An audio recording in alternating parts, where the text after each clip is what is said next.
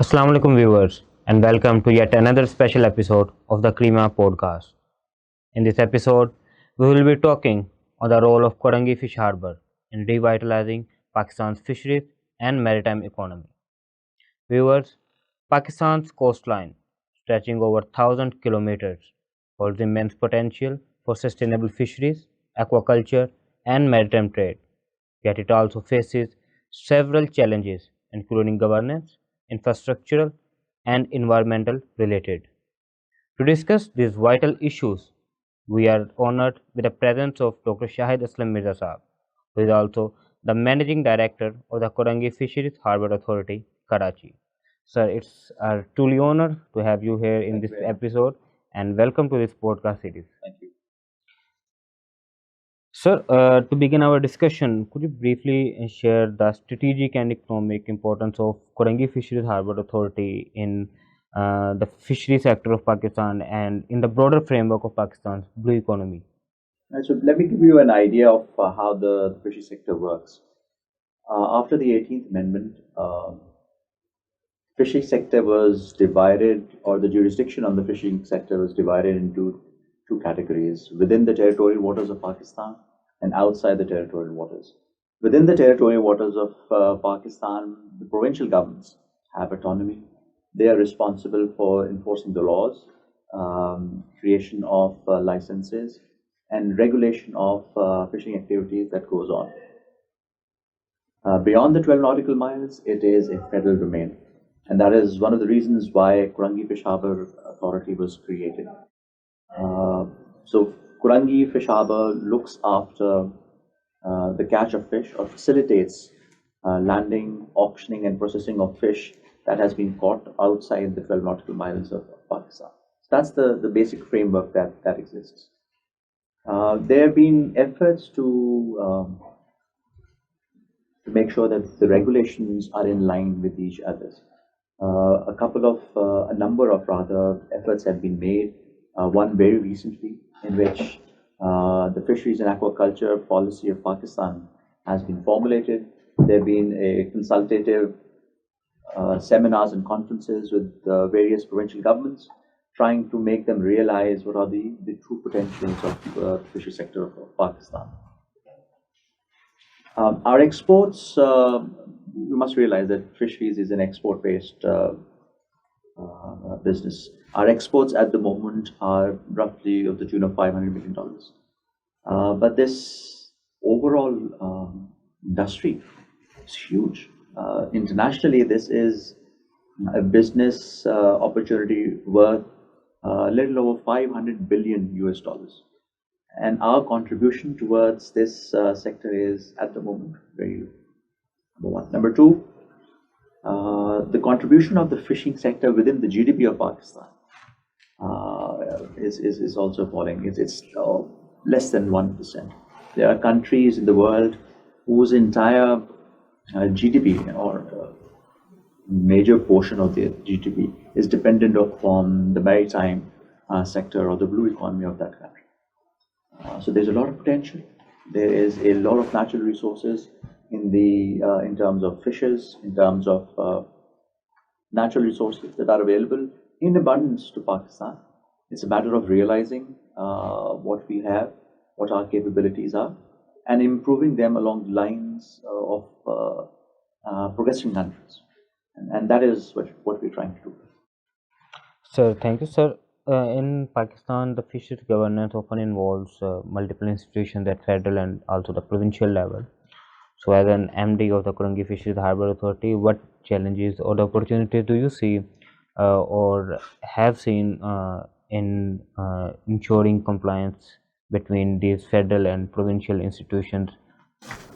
Right. So I think we have a very apt balance in between who is responsible for what you're doing within the fishery sector. There are I can understand where this question comes from, that people are averse to having a lot of governmental organizations. But at least in the fisheries sector, I can tell you after an evolution of what are the requirements of governance, the number of fishing departments have been reduced to an extent that only the essentials are available. Uh, Very little overlap exists. The Sindh Fishery Department knows exactly what they have to do. The Balochistan Fishery Department likewise knows, and the Marine Fishery Department, according to the federal government, also knows what their responsibilities are. I think it's the realization that coexistence is the way to go forward. Understanding and acknowledging the rights of the provinces, uh, knowing that their jurisdiction should not be impeded by federal rules. Hence, I think a lot of work has already been done. I did mention in the previous question that a series of consultative seminars and meetings took place prior to the formulation of the national fisheries and aquaculture policy. Because you cannot have a policy that does not have a buy-in of all stakeholders. If you try to impose such policies, they're only going to backfire. I think Ministry of Maritime Affairs did a wonderful job in making sure that all provinces are consulted on. Keep it in mind that it's not just about our coast, because fisheries and aquaculture also relates to the resources, the fish resources of the rivers, and both Balochistan, Gilgit-Baltistan, and Punjab, they're also making a lot of headway in creating or being a part of this fisheries organization. So it's all provinces of Pakistan, the Federation of Pakistan. They're working very closely, trying to remove the caveats, making sure that everybody understands what their responsibilities are, and work in their own way. Sir, it's very wonderful to hear that every province and every stakeholder in fishery sector is on one page for this. If we talk about recent developments or the recent things, what modernization or capacity building initiatives that are being undertaken by Korangi Fish Harbor to enhance efficiency, compliance, and export potential. Right, so Korangi Fish Harbor Authority is responsible for about $17 million of export that happens in the Pakistani fishery sectors. There are a lot of good businessmen who are working there. And I think one of my prime responsibility is to make sure that they get an environment, they get utilities, they get services that are second to none, that are international in nature.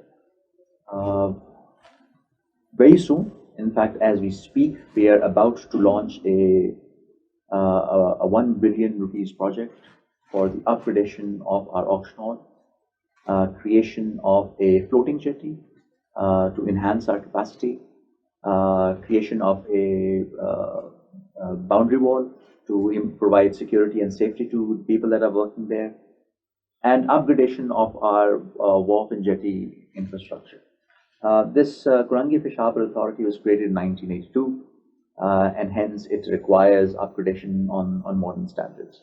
And unless we provide modern facilities to the business community of Pakistan, they would not be able to compete with international players, providing them electricity, providing them water resource that is required. That are the challenges of copper. And looking into the future, I mean, I can say that where we are at now, we are looking after the requirements for the next 5 years.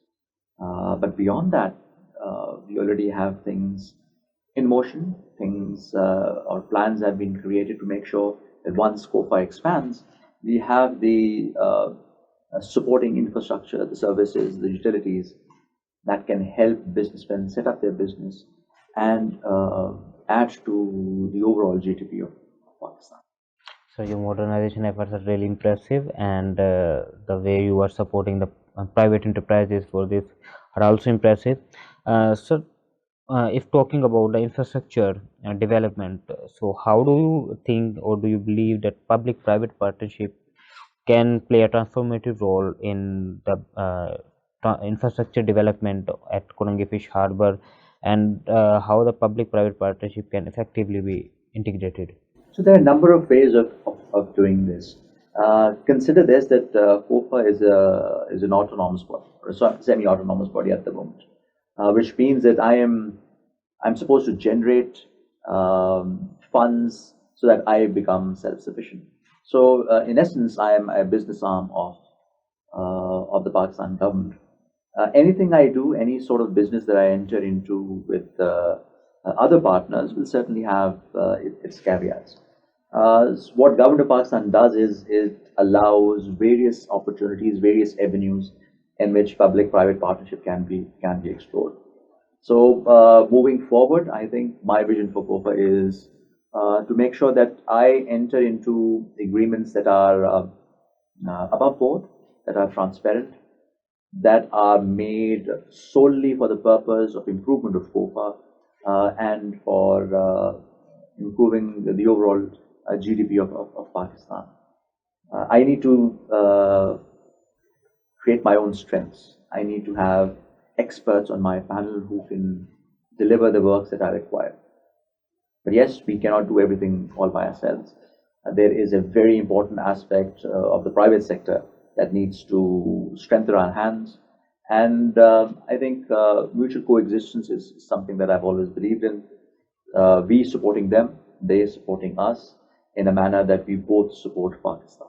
That's how I look at things. But if we talk a little about different aspect, so at Korangi Fish Harbor, what do you think that environmental and climate related challenges are being faced by fisheries community and the fisheries sector, and how the Korangi Fish Harbor Authority is adapting to these emerging realities of environment and climate? That's why I always regard COFA as my oasis, because it will be hard for you to find a better, cleaner place than COFA in Karachi. I think my predecessors and people who worked here before have done a marvelous job in maintaining the environment, maintaining the cleanliness standards of COFA. It's a small piece of island of about 80 odd acres and rich land of about 300 acres more, which is very clean, high standards of hygiene. But yes, the water surrounding us has its challenges. Karachi waterways, there's a lot of solid waste, a lot of liquid waste that goes into our waters, which in turn becomes challenging for the fishermen community, who especially within the 12 nautical miles zone of Pakistan, because depletion of fish stocks. One of the reasons being pollution, the other being illegal, unauthorized, unregulated fishing.